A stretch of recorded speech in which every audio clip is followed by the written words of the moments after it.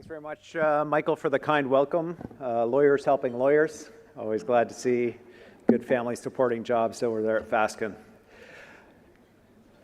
Come on, guys, legal industry. These are good jobs. I'm really glad to be here. Thank you, Bridget, for the welcome. Thank you to all the sponsors. Thanks for taking time out of your day to be here. I was just reflecting today. This morning I was on ABC News, and I was explaining to the American viewing public who still watches ABC, I don't know, but to those who were, why Canada won't be the 51st state. And I think in a nutshell, that really explains the bizarre moment that we are in. If you had asked me even 6 months ago if I'd expect to be discussing the threatened annexation of Canada by the President of the United States, I would have said that's a bizarre conspiracy theory, and here we are. It was this week that our Finance Minister, Brenda Bailey, tabled a budget, and it's her first budget as Finance Minister. Really profoundly difficult. I'm sure as business leaders, those of you in the room understand how hard it is to budget in this moment. Our growth projections by the Economic Council can change quite dramatically based on tweets by the President of the United States. The projections that we've asked economists to undertake on our behalf to try to understand the impacts of tariffs on British Columbia, on Canada, are almost always met with, this is our best effort, but the unprecedented nature in modern times of what is being proposed here makes it very difficult for us to be precise about what to expect through our modeling.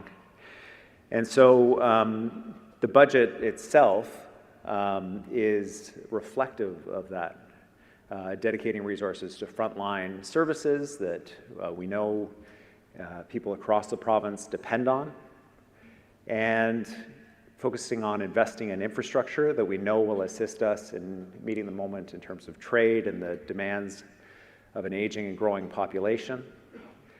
But in terms of being able to respond to this moment and fully incorporate it into the projections for the province, incredibly difficult because that work is ongoing and changing in real time right now. And Bridget is one of our co-chairs on a task force of business, labor, and Indigenous leadership, assisting us in navigating these uncharted waters. I want to thank Bridget, you and the Greater Vancouver Board of Trade for your support in pulling people together to do this work.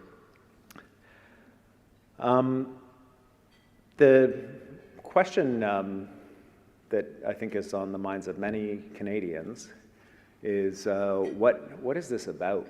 Why is the President doing this to Canada right now?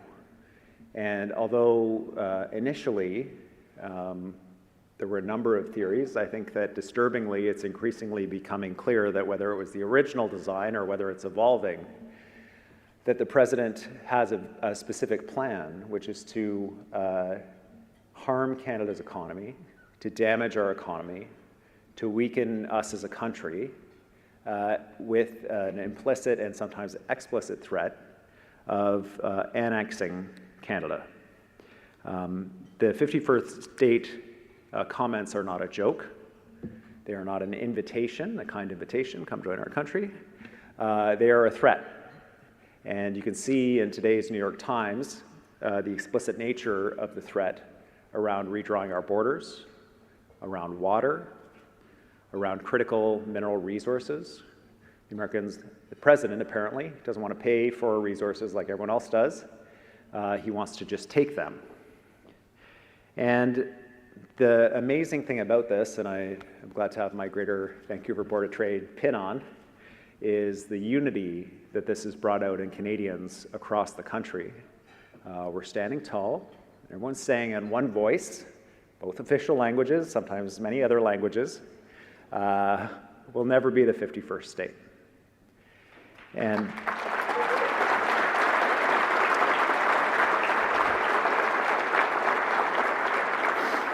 We're going to remain a sovereign, democratic nation that makes its own decisions. It's not that hard to figure out. Today I borrowed a phrase from the Premier of PEI, and I said that the president should save his breath to cool his soup, if that's his plan. Now, the Premier of PEI, did I say president? The Premier of PEI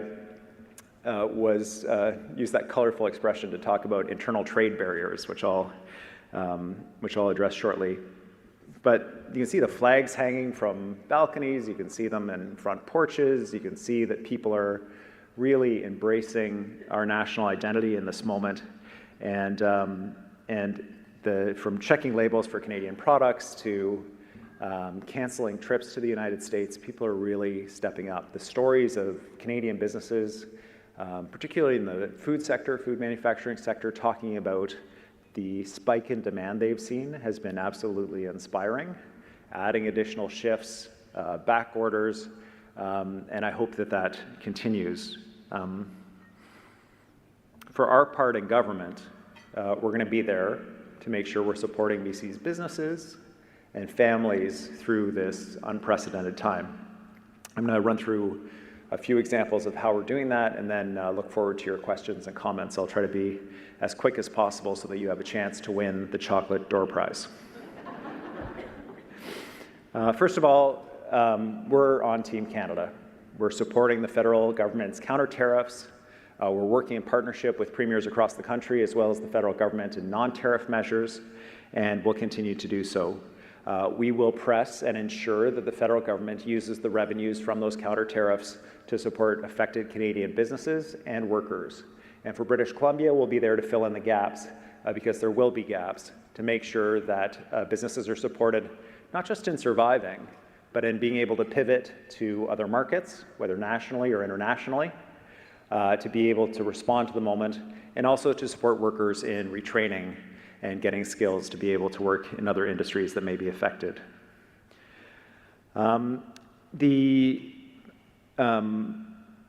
The challenge of this moment for us is how quickly things are moving.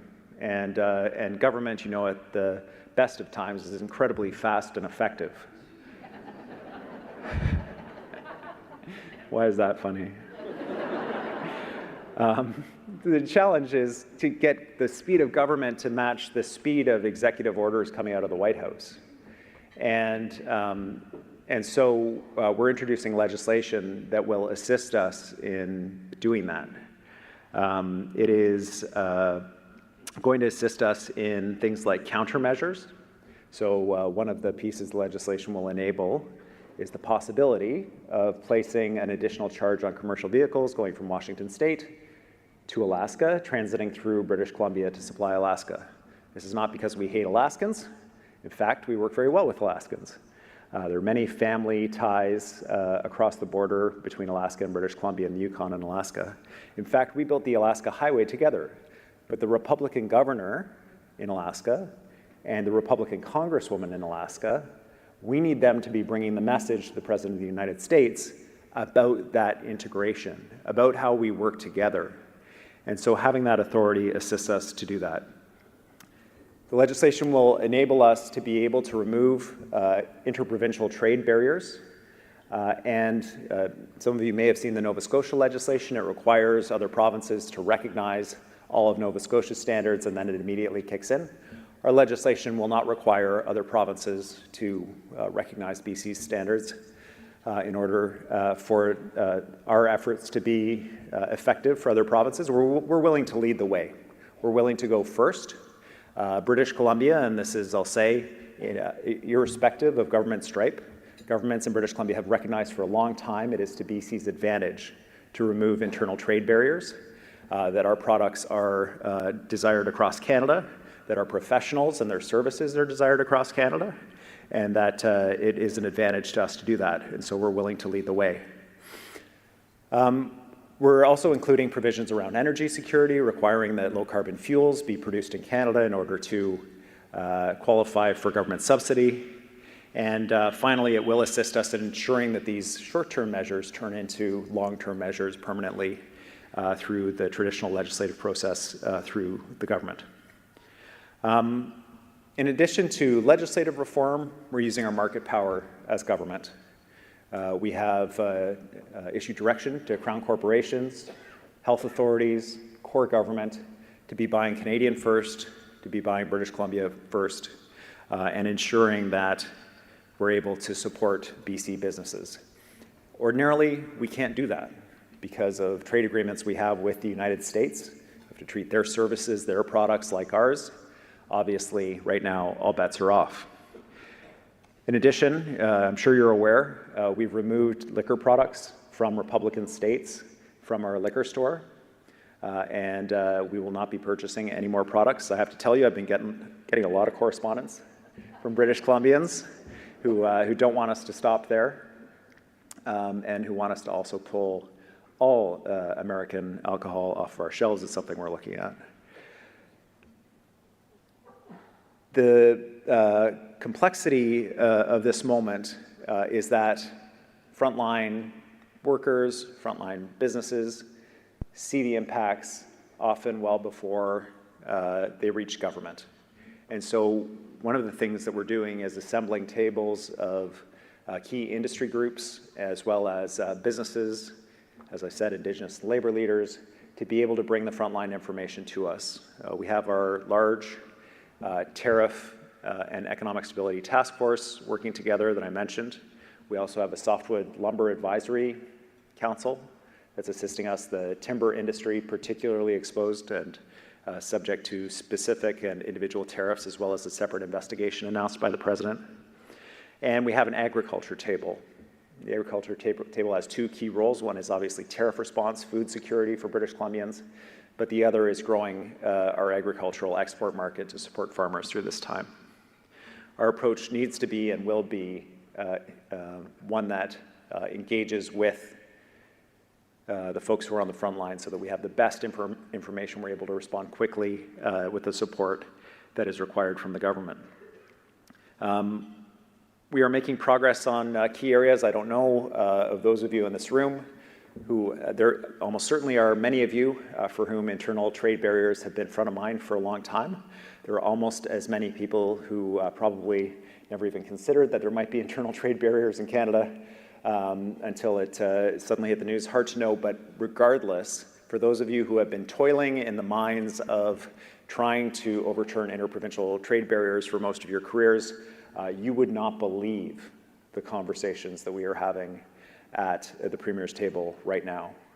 The government of Quebec is actively at the table on removing internal trade barriers. That is a significant sentence to say out loud. I would say it in French out of respect if I could. And the unity and the moment that we're in right now has gone from the discussion of, man, we've had this conversation for 10 years, are we really going to have this conversation again, to where we are right now, which is just an agreement this week around allowing direct-to-consumer alcohol sales across the country. This is something BC has been pushing for forever. And now people in Ontario can enjoy buying delicious BC wine, distilled products, craft beers, and people in BC can enjoy selling those products to people in Ontario.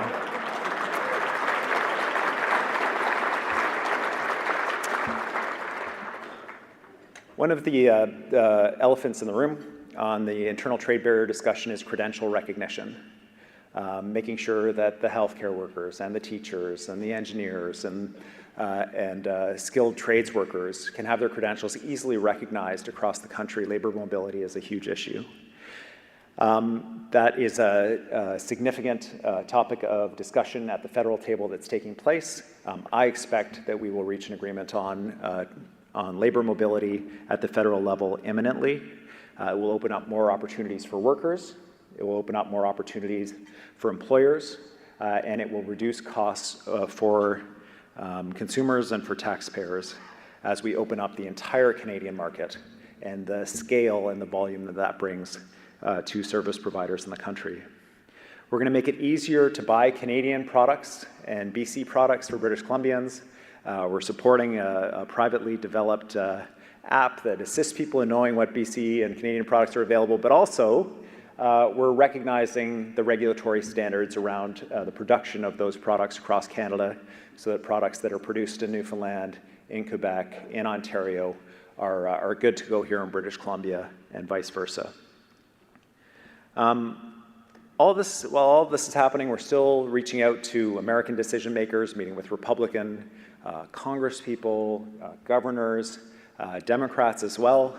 I have to say it is a partisan issue in the United States. The Democrats have been outspoken in the impacts of tariffs and elevating costs for Americans and making life harder for them. We're supporting them with information that we can provide so that they're able to use that, but also we're providing the same information to Republicans who, behind closed doors, are extremely reluctant to defend these policies because they don't understand them either. How does it make sense for an American manufacturer to pay 25% more for BC aluminum when they're competing with global manufacturers that don't have to pay 25% more for aluminum? What's happening and what we're seeing is those manufacturers are not expanding. They're laying people off, or they're canceling orders, or they're just not sure what to do because of the chaos and uncertainty. And you can see it starting to show up in the economic numbers in the United States. For us here, for British Columbia, we need to meet this moment of uncertainty for business by doing all we can to support the growth of the economy. We know that the best support we can provide to British Columbians in this moment is the support that comes from a good paying job. And so making sure that we're fast-tracking proposals to invest in our province, to expand employment in our province, is front of mind. We're accelerating 18 major natural resource projects across the province, representing about 8,000 jobs, $20 billion in investment, major mines, as well as, and it's important to know, that these are projects that advance our interests in clean energy and the environment, as well as relationships with Indigenous people. 9 of the 18 are clean energy projects across the province that are 50% or more owned by Indigenous people. This will create 8% more hydro generating capacity for BC Hydro, opening up other economic opportunities in the province as well. The budget also includes $30 million for the Integrated Marketplace Initiative. This is where technology firms in British Columbia are supported and partnering up with a test bed site. So there's a company called Moment Energy that has battery storage facilities. This program supported them in partnering up with YVR as their first customer. They proved out their technology and as a result have increased their global orders. This program enables BC to be the home of customers for BC companies that are developing innovative technologies, growing our economy as well. The budget also boosts credits for our film, television, interactive digital, special effects sectors, encouraging more investment into our province in those sectors. Very positive news already coming out of those reforms. 2 productions have confirmed filming here in British Columbia. 2 productions reached out shortly after the budget announcement to scout locations here in BC, and 2 high-profile television productions are looking to return to British Columbia because of those reforms. I'm being very vague because that's the time we're in. It is a challenging thing to know that our economic success in particular categories might be targeted by our closest friend and ally for retaliation.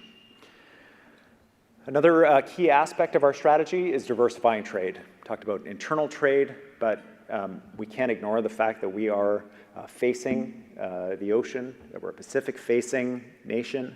BC's ports and our access to the ocean enables us to ship goods all over the world.